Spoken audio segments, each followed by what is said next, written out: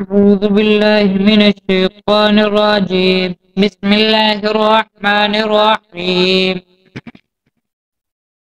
هل أتى على الإنسان حين من الدهر لم يكن شيئا مذكورا إنا خلقنا الإنسان من نطفة أمشاج نبتليه فجعلناه سميعا بصيرا إنا هديناه السبيل إما شاكرا وإما كفورا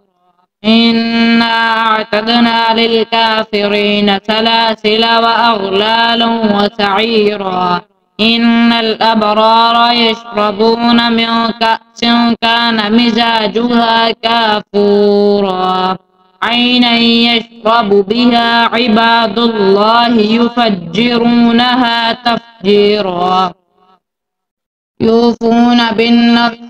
ويخافون يوما كان شره مستطيرا ويطعمون الطعام على حبه مسكينا ويتيما وأسيرا إنما نطعمكم لوجه الله لا نريد منكم جزاء ولا شكورا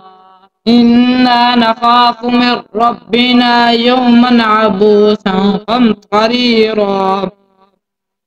فوقاهم الله شر ذلك اليوم ولقاهم نذرة وسرورا وجزاهم بما صبروا جنة وحريرا متكئين فيها على الأرائك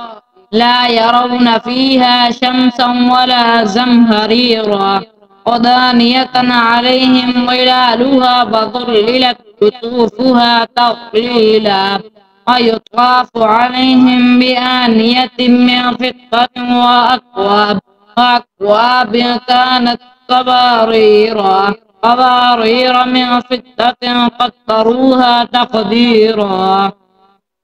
ويسقون فيها كأسا كان مزاجها زنجيلا عينا فيها تسمى سلسبيلا ويطوف عليهم ولدان مخلدون إذا رأيتهم حسبتهم لؤلؤا منثورا وإذا رأيت ثم رأيت نعيما وملكا كبيرا عاليهم ثياب سندس وخضر واستبرق وحلوا أسابر من فضة وسقاهم ربهم شرابا طهورا إن هذه كان لكم جزاء